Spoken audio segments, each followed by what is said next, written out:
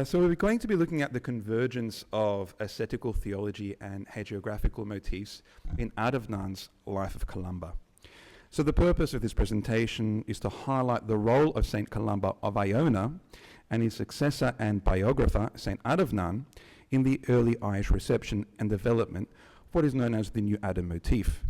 That is to say, the ascetic's assumption of Christ's role as a redeemer of the created order, specifically as evidenced by their positive effect on animals and the environment. To this end, it will provide an overview of Adomnán's Life of Columba, noting the influence of Sulpicius Severus's Martiniana and Evagrius of Antioch's translation of the Life of Antony on the text, structure, and content. It will then evaluate the hagiographer's representation of Columba's transformation from pilgrim to holy prophet, including the significance attached to practical asceticism and contemplation in this regard. It will therefore examine Columba's unique manner of exile and subsequent establishment of a monastic community at Iona, including the spiritual retreat and scribal activity held to take place at this location. Lastly, it will assess Adomnán's descriptions of Columba's compassionate and authoritative exchanges with different terrestrial, aquatic, and avian creatures. So let's begin with an overview of Adomnán's Life of Columba. It is widely known that Adomnán was highly learned and that his Life of Columba features multiple borrowings from Sulpicius Severus's Martiniana and Gregory the Great's Theology or Dialogues, in addition to the Evagrian Life of Antony, the Acts of Sylvester, and Constantius of Lyon's Life of Germanus. Adomnán has appealed most of all to Sulpicius's Life of Martin, especially as concerns the content of the two prefaces and the tripartite structure of the life, the latter of which is dedicated to Columba's prophecies, miracles, and experiences with angels and of divine light, respectively. Here, there is a direct line of borrowing from Athanasius and Evagrius to Sulpicius and finally Adomnán. Since the hagiographer has quoted the Evagrian Life of Antony in various places, particularly in his account of Columba's gradual repose, the abiding influence of the Eastern ascetical experience is clear, as transmitted through the content. Such consistency is also evidenced by the numerous references to monks seeking a desert, desertum or herimus, from as early as the 6th chapter of the first book.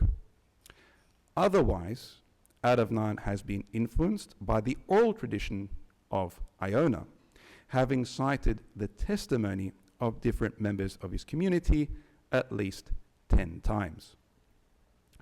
So what does Adomnán make of practical asceticism, contemplation, and theology in its experiential sense, so deification? In the second preface to the life, Adomnán offers a summary of the career and character of Columba. Owing to the specific structure and content of the text, Adomnán does not provide a systematic account of Columba's ascetical formation. In fact, he largely glosses over the holy ascetic's life prior to his self-imposed exile at the age of 41, which is quite fascinating, but we don't have the time to cover it during the talk.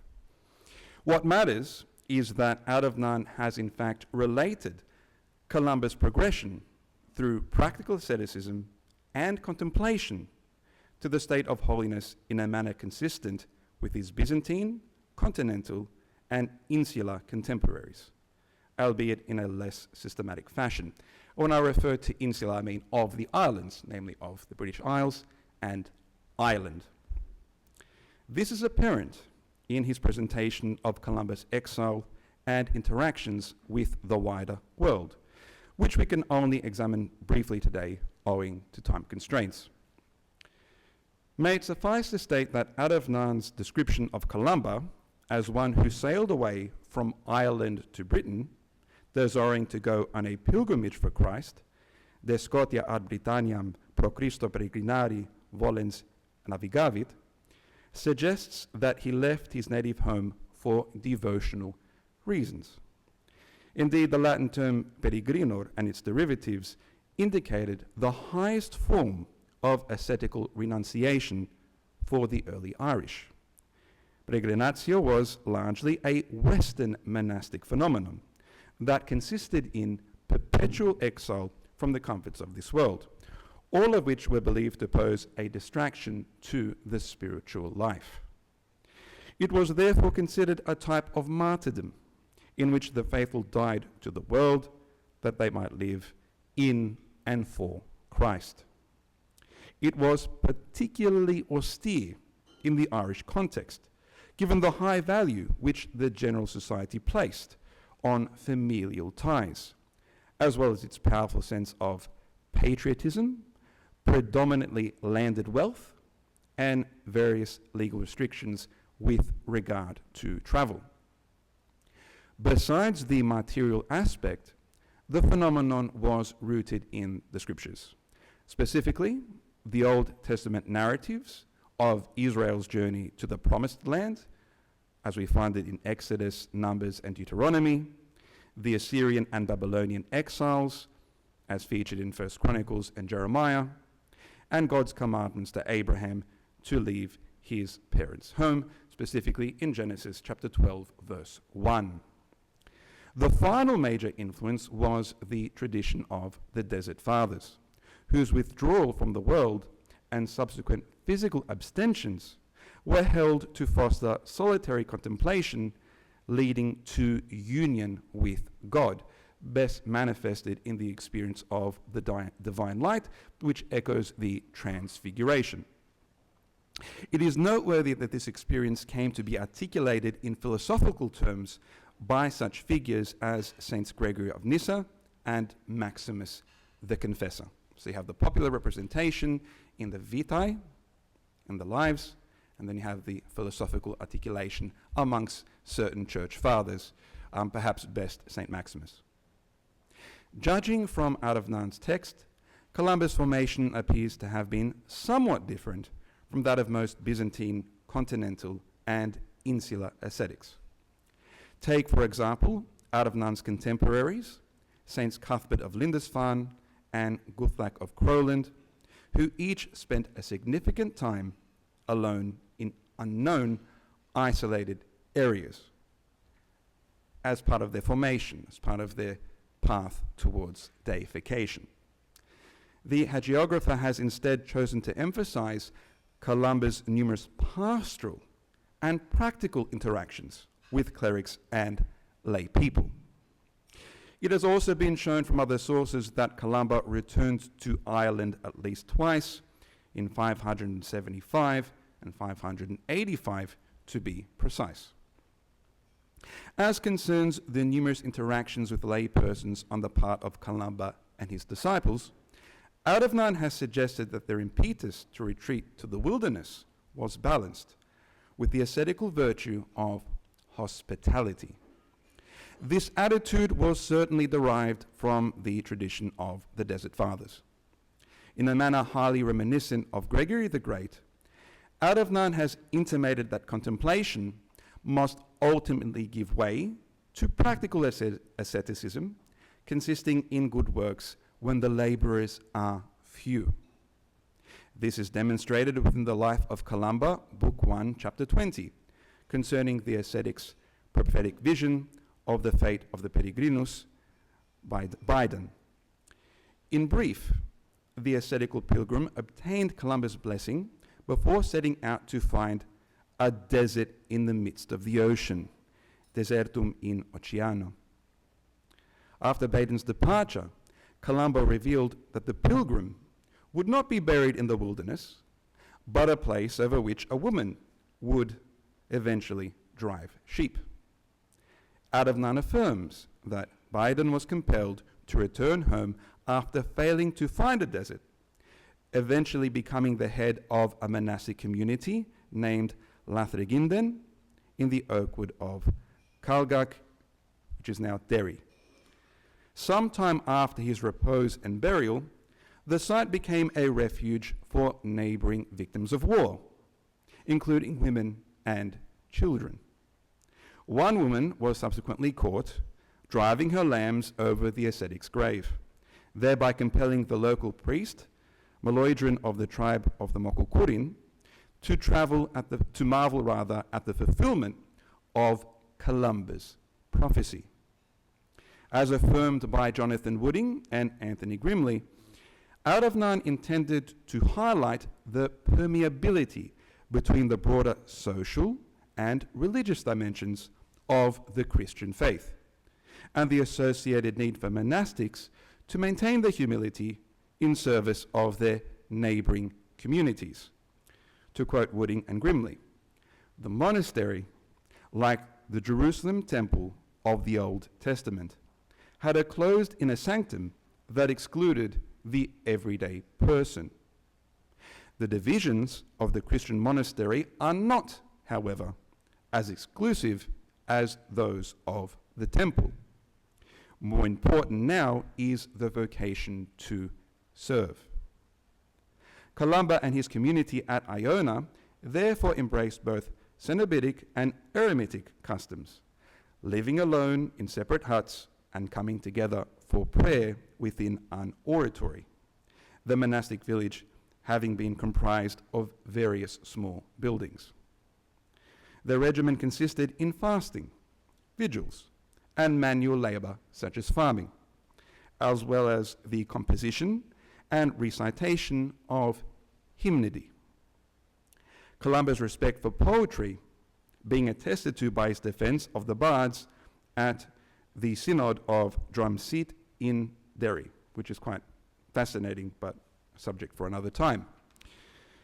The value placed on learning by the Ionan community is also evidenced by many later attributions of various humanistic accomplishments to Columba, including the compilation of Ireland's earliest extant psalter, the Cathach, and the invention of the calligraphic style of the Irish minuscule script. Adomnán has in fact mentioned the compilation of psalters and other scribal activities on the part of Columba and his disciples.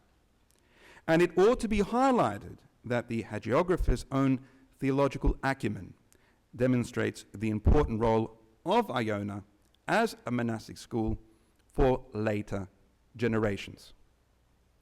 Columba greatly valued scribal activity, having been very careful to instill the value of formal learning in his disciples and equip them with the skills necessary for the production of manuscripts. And I'm sure you've all come across those beautiful illuminated manuscripts from this period. Marvel of the medieval world. Given Adomnán's familiarity with Gregory's dialogues and Sulpicius's Martiniana, it may be assumed that he considered Columba's transformation from pilgrim to prophet the result of his practical asceticism and contemplation. This is further evidenced by his dramatic account of Columba's spiritual warfare against demons in a remote place better suited for prayer, where the holy ascetic triumphs with the assistance of the angels, and angelic visitations are quite prominent throughout the text. More to the point, Adomnán has emphasized that prayer, fasting, solitude, and ultimately divine aid are required for protection against the demons. The composition of manuscripts may be considered as belonging to both the practical and contemplative stages of the spiritual life, given the painstaking effort involved in copying, illuminating, and binding on the one hand, and the way these activities may serve as anchors for meditation on the other. Indeed, for us scholars who are also Christians, we can't deny that there's some ascetic effort involved, for instance, in preparing a paper for a conference.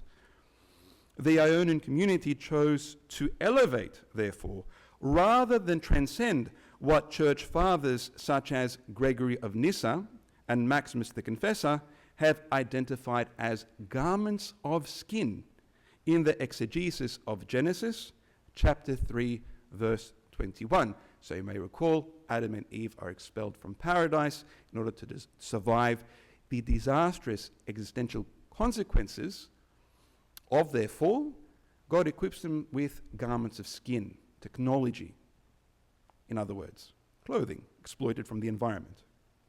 So we're referring to the technology resulting from moderate exploitation of the environment aimed at protecting humanity against the disastrous existential consequences of the ancestral fall.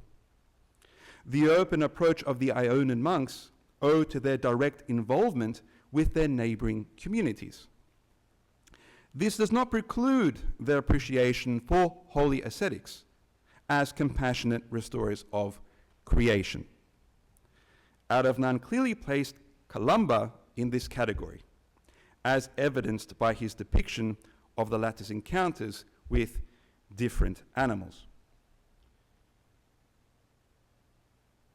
So let's look at Columba as a new Adam. From as early as the opening chapter of the first book of the Life, Adomnán attests to Columba's role as a new Adam in a manner consistent with the Byzantine and continental hagiographical traditions. At this point, it is worth highlighting that Benedict Award was among the first to identify the new Adam motif as featured in hagiographical literature, often demonstrating how monks and hermits of late antiquity and the Middle Ages were held to effect a positive transformation of the desert and its wildlife through their daily death, that is to say, their humility and self-denial, in a manner reflecting Christ's redemption of creation through his passion and resurrection. Indeed, the Eastern and continental Christians of this time maintained that such effort enabled hermits to relate to all creation as God originally intended for humanity, naming the animals, enjoying them, not dominating and using them. Adomnán has certainly identified Columba's role as a Christ-like ruler of creation, while stating that, with Christ's assistance, he subdued the raging frenzy of the beasts, bestiarum furiosa rabies, by means of mortification, mortificatio, and valiant resistance, fortis repulsio. And there's technology getting its revenge on me with the phone ring. Adomnán has also recounted Columba's ability to calm the sea through such means. We may compare here Matthew chapter 8, verses 23 to 27, Mark chapter 4, verses 35 to 41, and Luke chapter 8, verses 22 to 25.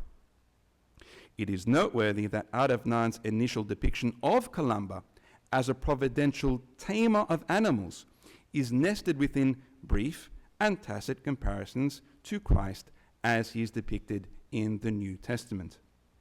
Moreover, the hagiographer attributes Columba's power over nature to practical asceticism in the Evagrian sense of self-restraint. This is in addition to the general understanding of contemplation in terms of personal prayer, as suggested by his use of the Latin participle orans with respect to his subject's mastery over the winds and the waves. There are multiple references to the pacification of wild weather and animals throughout the life, beginning with the fourth chapter of the first book, in which God himself alters the laws of nature for the sake of the elect, granting Saint Kenneth and his disciples safe passage to Columba through the sea in the midst of a storm.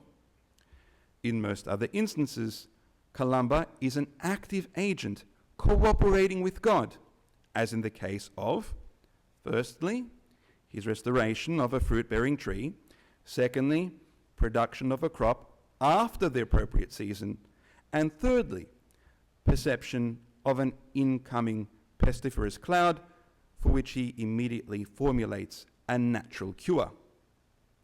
Of direct relevance to this exploration is the taming of wild creatures on the part of Columba and his disciple, Baythen, some instances of which are outlined as follows.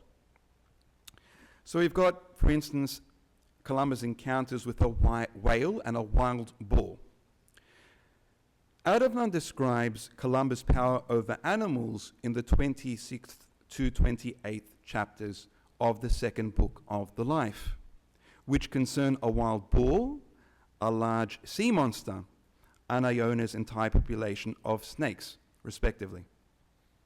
The first of these pertains to one of Columba's stays on the island of Skye, when he left his disciples to pray alone in a place more isolated than usual. Having entered a dense forest, he met a wild boar of astonishing size, mirae magnitudinis aper, being pursued by hounds. Staring intently at the boar from some distance, Columba raised his hand and called on God's name in ardent prayer, commanding the dreadful wild animal, terribilis ferus, to proceed no further and perish on the spot. Dominic Alexander evaluated the unique cultural background of the early Irish hagiographers, and in turn their adaptation of Celtic motifs, such as the protection of wolves and resurrection of animals.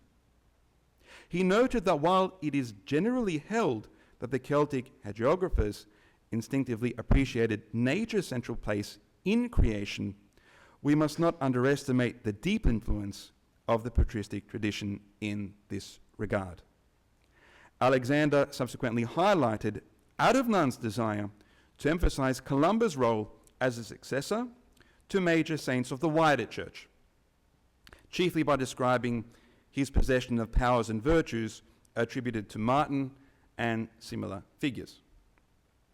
What is more, Alexander argued that the story of the boar is fairly brutal, challenging the notion that Irish literature shows a qualitatively different attitude towards nature. He rightly affirmed that, and I quote, "Here, the powers of nature, lost to humanity since the fall, and restored in the person of the Christian saint, are confirmed as if by conquest." Indeed, this story harkens back to the earliest instances of the New Adam motif, in which animals associated with the devil are often destroyed in the hands of the desert fathers. It is also important to bear in mind that Adomnán would have easily associated the boar with the swine featured in the gospel accounts of the Gerasene demoniac, that is, animals traditionally associated with lawlessness and possession, as we find in Matthew chapter 8, verses 28 to 34, Mark chapter 5, verses 1 to 20, and Luke chapter 8, verses 26 to 39. The above story may thus be interpreted metaphorically as Columba's triumph over evil forces, both social and spiritual. Adomnán may not have been inclined to consider any sentimental reaction to the death of the boar on the part of his audience, owing to his reading of St. Jerome of Stridon, who, anticipating such a response to the destruction of the Gerasene swine, instructed his readers to be more concerned with the character of their own soul rather than the fate of the animals. Let's move on now to my favorite passage. The following encounter with animals is particularly interesting since it is often taken to mark the origin or the legend of the Loch Ness monster, Nessie, whom we all love. In the Life of Columba, chapter 2, verse 28, Adomnán relates that his subject had to cross the river Nessa when he was living in the province of the Picts. Having reached the relevant bank, he spotted the pagan inhabitants burying a compatriot who had been severely mauled by a monster living in the water. The Pict's body had been retrieved by those who had tried to come to his assistance. The hagiographer underscores that Columba was by no means dismayed on hearing this, instructing a disciple, Lugne Mokumin, to swim across the river and retrieve the cobble moored at the opposite bank. The disciple immediately obeyed, leaping to the water with his mere tunic. Adomnán affirms that the monster was hardly satiated, rushing out from the bottom of the stream as soon as it felt the water above being disturbed. It thus gave an awful roar, and, with its mouth wide open, darted after Lugne, who had managed to reach the middle of the river. On seeing this, Columba raised his hand and made the sign of the cross, invoking the name of God and ordering the beast to turn back in haste, as the strangers and monks were watching on in shock. The beast, about to seize its prey, became terrified at the saint's voice, quickly fleeing back as though it had been dragged by ropes. The monks then glorified God in the person of the saint for the safe return of their brother, while the pigs were compelled to embrace the Christian faith. As noted by Alexander, the above story has been structured to echo Martin's driving back of a swimming serpent. It thus serves as a dramatic instance of the new Adam motif, reflecting the ascetic's attainment of humankind's pre-lapsarian authority over the created order, including what would become the most dangerous animals. So I hope you're convinced that Nessie's still out there. Furthermore, Alexander highlighted that the story is meant to parallel Martin's miraculous destruction of pagan sites of worship, mainly sacred trees, as recorded by Sulpicius. More precisely, he contended that bodies of water similarly attracted the attentions of cults during the early Middle Ages, particularly in the Celtic lands. Hence, it is reasonable to assume that the burial of the victim on the bank of the river formed some sort of religious ritual. Columba's command to Lugne may thus be interpreted as heroic Christian defiance of Pictish prohibitions concerning a sacred site, with the monster serving as an image of local cultic practices. In other words, the whole story may be taken to represent Columba's victory over pagan religion in that area. Alexander rightly affirmed that it is clever in reflecting the genuine Christianization of Ireland. It is more than a patristic adaptation of a pagan motif intended to impress the reader. We have also Columba's encounter with a crane. Despite the prevalence of the early patristic articulation of the new Adam motif, in which the saint's attainment of the paradisal state is depicted chiefly in terms of authority, Adomnán has also underscored Columba's compassion towards the created order. This is attested to within the 48th chapter of the first book concerning the ascetic's restoration of a wearied crane. Obviously the bird, not Fraser or Niles crane. The story is set at Iona, and in keeping with the theme of the first book, is intended to demonstrate Columba's prophetic powers. The hagiographer affirms that the saint once instructed a disciple to set out for the western side of the island and find a friendly crane, Hospita grus, that had flown from the northern region of Hibernia and harshly been driven about by the winds. The holy ascetic ordered his disciple to nurse the bird as soon as he should locate it, specifically for 3 days and nights. Columba also affirmed that the monk ought to treat the bird with special care because it had come from their native homeland, from Ireland. Moreover, he foresaw that it would return to Ireland. The disciple obeyed and soon found the bird just as Columba had foretold.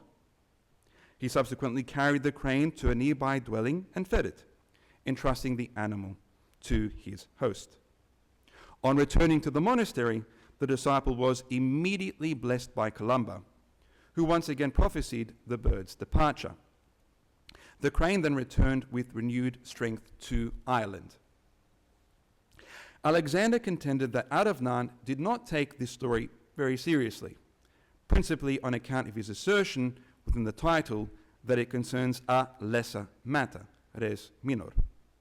For Alexander, the story is less consistent with the patristic treatment of animals insofar as the subject displays no control over the creature. Furthermore, the creature is not required to alter its behavior or serve the saint in any way, as typically occurs with such miracles. On the contrary, the crane is treated like a human. According to Alexander, this demonstrates, and I quote, a specifically Irish contribution to the corpus of saint and animal miracles, and reflects a key Irish institution of the period, the solemn duty of hospitality to travellers. I contend that the humanization of the crane is not necessarily Irish in origin, given that Gregory the Great had already related a tragic story of a monk of Italy named Florentius, who had a brother bear that was unjustly murdered. While the story certainly reflects a key Irish monastic practice of the early Middle Ages, it is important to note that the virtue of hospitality was Eastern in origin as concerns the Christian faith. Indeed, it had deep Hellenic roots. It could just as easily have been instilled into the Ionian community through the various compilations of the sayings of the Desert Fathers. I contend that Adomnán was not necessarily reluctant to allow non-patristic, that is to say Irish literary influences, to colour his treatment of Columba, as affirmed by Alexander, but simply more dependent on the ecclesial tradition as a clergyman. I do, however, agree with Alexander that Adomnán ultimately intended to present his subject as a transcendent practitioner of that social virtue of hospitality in this instance. We have one final instance of the New Adam motif worth exploring. It is featured in the Life of Columba, chapter 3, verse 23, or book 3 rather, chapter 23, where Adomnán relates the circumstances surrounding his subject's passing at Iona. In short, the hagiographer asserts that Columba went with his disciple Dermit to bless the barn of the monastery on a certain Sabbath, being aware that the hour of his repose was near. Having expressed his relief that the brethren would have enough grain for the next year, he revealed to Dermit that he would depart from the world that same day, much to the latter's grief. After consoling his disciple, Columba made his way back to the monastery, resting along the way. Suddenly, a white pack horse drew near, one which Adomnán highlights always behaved as an obedient servant, obediens servitor, for the transport of milk vessels. The equine immediately laid its head on Columba's chest, and I quote here, inspired by God, to whom every living creature is understanding of things, through the perception which the Creator himself has decreed. Adomnán also affirms that the horse knew that Columba was about to leave this world. It therefore began to lament at the fact that it would no longer see him, and, as though it were a human being, to copiously shed tears in the lap of the saint, and to bewail while foaming from the mouth exceedingly. Columba then blessed the horse, which turned away in sadness. Adomnán stresses that the saint forbade the attendant of the tearful lamenter, flebilis lamentator, to drive the latter away, saying, and I quote here, "Suffer this one, suffer our friend, that he may shed his tears of most bitter lamentation on this chest of mine. Lo, you, although you are a human being and have a rational soul, were by no means able to know about my departure, if I myself did not reveal something to you just now. To this genuinely insensible and irrational animal, in whatever manner the Maker himself has willed, he has disclosed plainly that its master is about to depart from it." Alexander affirmed that the above story is an allegory for human societal ties. More precisely, he noted that the household was a major element of production in Ireland, where most labour was owed to the head of the family, and effective relations were thus closely bound up with productive relations. Subsequently, the monastery, which served as an image of the ideal society for Adomnán and his audience, reflected those relations even down to the animals. Alexander also affirmed that the horse, in this instance a domestic animal, is unique in the context of hagiographical literature, in which positive human emotion is usually attributed to wild creatures presumed to be deadly. The purpose of Adomnán's story, therefore, is to emphasize the perfect bonds of Columba's monastic brotherhood, in contrast to those of many secular homes.